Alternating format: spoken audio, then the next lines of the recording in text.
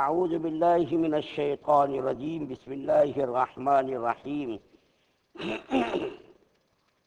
اللہ لا الہ الا هو الحی القیوم لا تأخذه سنة ولا نوم له ما في السماوات وما في الأرض من ذا الذي يشفع عنده إلا بإذنه يعلم ما بين أيديهم وما خلفهم ولا يحيطون بشيء من علمه إلا بما شاء وسع كرسيه السماوات والأرض ولا يؤوده حفظهما وهو العلي العظيم۔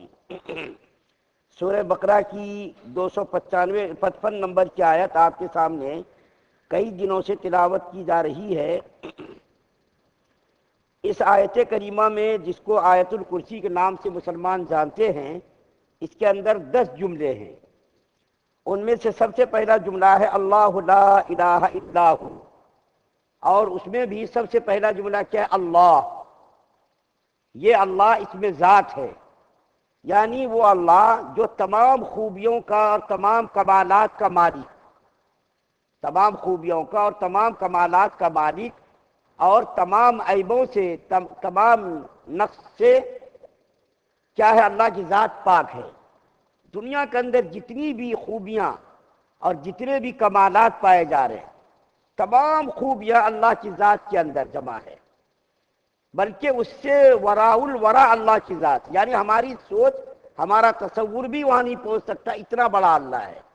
قرآن کے اندر اللہ تعالیٰ فرماتے ہیں سورہ کہف کے آخری میں، اور سورہ لقمان کی ایک آیت ہے جس کے اندر اللہ تعالیٰ فرماتے ہیں، اس کا خلاصہ ہے کہ اگر ساری دنیا کے جتنے بھی درخت ہیں، تمام درختوں کے قلم بنا لیے جائیں، اور دنیا کے اندر جتنے بھی سمندر ہیں ان تمام سمندروں کی روشنائی بنا لی جائے، اور اس کے بعد اور درختوں کو پیدا کر لے، سمندروں کو پیدا کر لے، 1 سمندر، 2 سمندر، 3 سمندر، 4 سمندر، یہاں تک کہ ہزاروں سمندر پھر سے پیدا کر لے، اس کے بعد پھر اور ہزاروں لاکھوں کروڑوں کی تعداد میں درخت کو بنا لیا جائے، اس کے قلم اور سمندروں کی روشنائی اور سیاہی بنا لی جائے، ساری کائنات، انسان، جنات، فرشتے، ساری کائنات کے لوگ مل کر کے اللہ کی توصیف، اللہ کی حمد اور اللہ کی تعریف اور اللہ کی بڑائی، اللہ کے کمالات، اس کی خوبیوں کو لکھنے کے لیے بیٹھ جائے،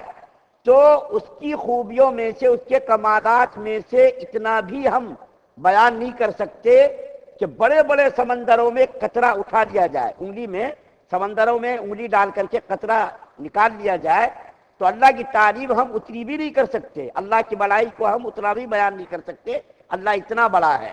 حضرت مولانا شبری تھانوی رحمۃ اللہ علیہ فرماتے ہیں کہ یا اللہ تیری ذات اتنی بابرکت ہے، یا اللہ تیری ذات اتنی باعظمت ہے، اتنی بڑائی والی، اتنی تعریف والی ذات ہے کہ اگر میں اپنے منہ کو 1000 مرتبہ، ایک شاعر بھی فارسی کا کہتا ہے 1000 بار بچویم جب کو گلاب، غالباً یہ شعر شیخ سعدی رحمۃ اللہ علیہ کا ہے، وہ کہتے ہیں کہ اگر 1000 مرتبہ مجھ کو عنبر سے میں اپنے منہ کو بسا لوں، مجھ کو عنبر سے میں اپنے منہ کو دھو لوں، جب بھی یا اللہ آپ کا نام اتنا قابل احترام ہے، اتنا باعظمت ہے، اتنی کرامتوں والا ہے کہ ہم اس آپ کی تعریف اور توصیف بیان کرنے کے لائق نہیں ہو سکتے، ہمارا منہ اس لائق نہیں ہو سکتا کہ ہم آپ کی تعریف اور توصیف بیان کر سکیں۔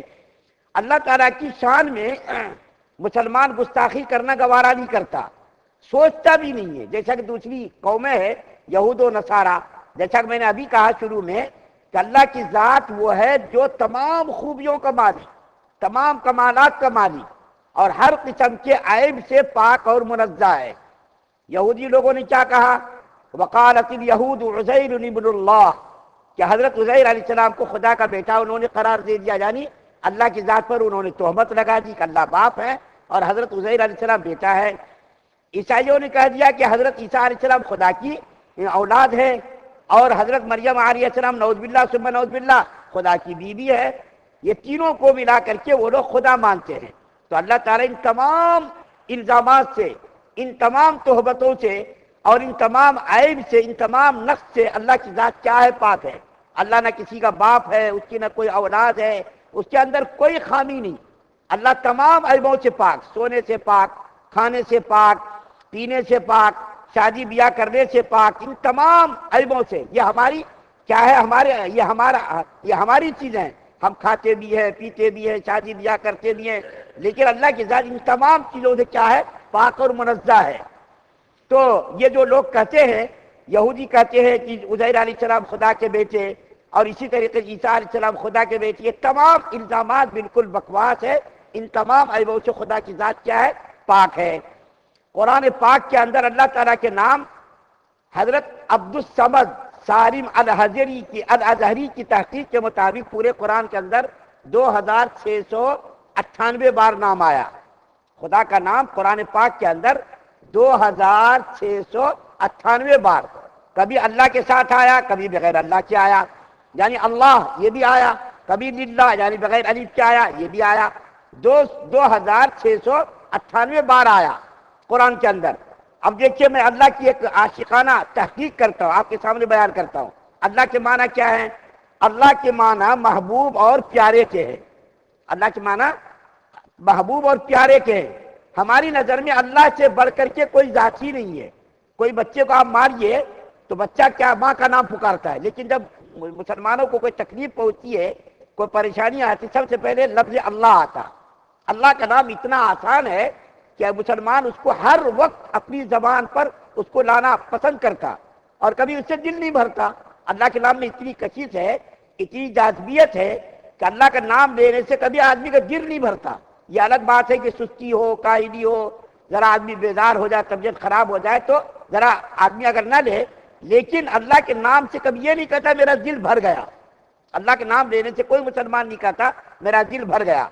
صبح سے لے کر شام تک، سونے سے لے کر صبح تک آدمی جب اٹھتا ہے، سوتا ہے، جاگتا ہے، ہر وقت اللہ کے نام لینا پسند کرتا۔ ماں کا باپ کا نام لینا پسند نہیں کرتا، لیکن اللہ کے نام میں اتنی کشش ہے، اتنی جاذبیت ہے کہ اللہ تعالیٰ کا نام لینا پسند ہی نہیں کرتا، بلکہ اپنی سعادت سمجھتا ہے۔ مولانا فضل الرحمان گنج مراد آبادی اپنے زمانے کے بہت بڑے ولی تھے۔ انہوں نے کیا معنی کیا اللہ کے؟ من موہن۔ انہوں نے اللہ کا معنی ہندی میں کیا کیا؟ من موہن، یعنی دلوں کا محبوب، دلوں کا محبوب۔ اور اللہ کے اندر جتنے بھی الفاظ ہیں، الف لام ہا وغیرہ، یہ تمام کے تمام الفاظ با معنی ہے، بے معنی اس کے اندر کوئی لفظ نہیں ہے۔ الف بھی با معنی ہے، لام بھی با معنی ہے، ہا بھی با معنی ہے، اس کے اندر کوئی لفظ بیکار نہیں ہے، کوئی لفظ زائد نہیں۔ تمام کے تمام حروف کیا ہے؟ با معنی ہے۔ ہر لفظ اللہ کی محبت کی دعوت دیتا ہے۔ ہر لفظ کیا ہے؟ اللہ کی محبت کی دعوت دیتا ہے۔ الف ہو، لام ہو، ہا ہو، دیکھیے میں بتا رہا ہوں، لفظ اللہ کا ہر لفظ دعوت محبت دیتا ہے۔ اگر لفظ اللہ سے کوئی حرف حذف کر دیا جائے، یعنی اس کو ختم کر دیا جائے، تب بھی بقیہ حروف ذات باری تعالیٰ کی محبت کی دعوت دیتے ہیں۔ مثال کے طور پر اللہ میں سب سے پہلا لفظ کیا؟ الف۔ الف کو اگر آپ حذف کر دیں تو کیا بچتا؟ للہ۔ الف کو اگر آپ حذف کر دیں کیا بچتا؟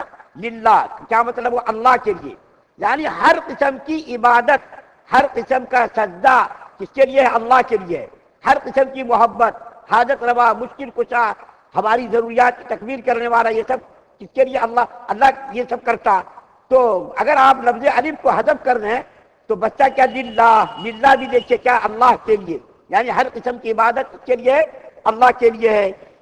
اور اگر آپ لام کو حذف کر دیں، اللہ کے اندر کا لام حذف کر دیں، اور اللہ کا جو الف تھا اس کو آپ لگا دیں تو کیا بچتا؟ الہ۔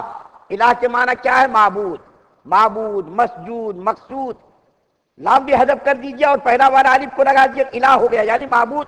اللہ تعالیٰ سب کا معبود، ہمارا بھی معبود، آپ کا بھی معبود، ساری مخلوقات کا معبود، اور ساری دنیا کے کائنات کا کیا ہے؟ معبود ہے، مسجود ہے، مقصود ہے۔ اسی طریقے سے اگر آپ اللہ کے لام الف کو بھی ہٹا دیجئے، پہلا والا لام بھی ہٹا دیجئے، کیا بچتا؟ لہو، یعنی لہو کا معنی کیا؟ اس کے لیے، یعنی ہر قسم کی خوبیاں، ہر قسم کے کمالات کس کے لیے ہے؟ اس کے لیے ہے۔ اس کے بعد آپ الف کو بھی ہٹا دیجئے، لام کو بھی ہٹا دیجئے، دو لام ہے اس کو بھی ہٹا دیجئے، بچتا کیا؟ ہا۔ ہا بھی با معنی ہے۔ تو گویا کہ لفظ اللہ کے اندر جتنے بھی حروف ہیں، الف ہو، لام ہو، ہا ہو، وہ تمام حروف با معنی ہے، بے معنی کوئی بھی حرف نہیں ہے۔ تو لفظ اللہ کا جو میں نے آپ کے سامنے بیان کیا، کہ اللہ کے بارے کیا محبوب اور پیارے کے ہیں. اور مولانا فضل الرحمان گنج مراد آبادی نے کیا کہ من موہن، یعنی جنوں کا کیا ہے محبوب اور لاڈلا. اور اللہ کے اندر جتنے بھی حروف ہیں سارے کے سارے حروف کیا ہے با معنی ہے، بے معنی کوئی بھی نہیں ہے. الف کو ہٹا دیجئے جب بھی وہ اس کا معنی بنتا ہے للہ، اور جو ہے لام کو ہٹا دیجئے الف کو لگا دیجئے الہ بن جاتا ہے معبود کے، اور الف کو بھی ہٹا دیجئے لام کو بھی ہٹا دیجئے ہا بستی ہے. ہا بھی معنی پر دلالت کرتی ہے، یعنی بے معنی جو ہے کوئی اس کے اندر لفظ نہیں ہے. تو میں نے بڑی ہی کوشش کے بعد کئی دنوں کی تحقیق کے بعد میں نے یہ اللہ کے بارے میں تحقیقات کر کے آپ کے سامنے میں نے عجیب و غریب تحقیقات بیان کی. عام طور پر کتابوں میں یہ چیزیں نہیں ملتی ہے، لیکن میں نے بڑی ہی جستجو کے بعد کوشش کے بعد ہم نے یہ اللہ کے بارے میں تحقیقات کی اور آپ کے سامنے میں نے بیان کیا. اللہ تعالیٰ سے دعا ہے کہ اللہ تعالیٰ ہم تمام مسلمانوں کو مکمل شریعت مطہرہ پر عمل پیرا ہونے کی توفیق عطا فرمائے. سبحان اللہ و بحمدہ، سبحانک اللہم و بحمدک، ونشہد ان لا الہ الا انت.